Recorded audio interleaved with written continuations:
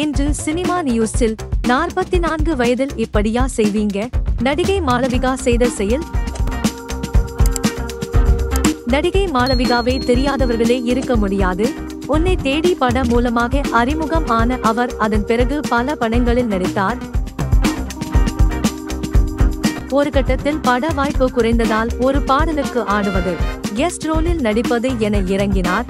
அவர் ஆடிய வாழ மீனுக்கும் என்ற பாடல் மிகப்பெரிய ஹிட் ஆனது. விஜயின் குருவி உள்ளிட்ட பல படங்களில் அவர் கெஸ்ட் ரோலில் நடித்து உள்ளார். மாளவிகாவுக்கு தற்போது 44 வயதாகிறது. இப்போதும் உடலை பிட்டாக வைத்துக்கொள்ள தொடர்ந்து யோகா செய்து வருகிறார் அவர்.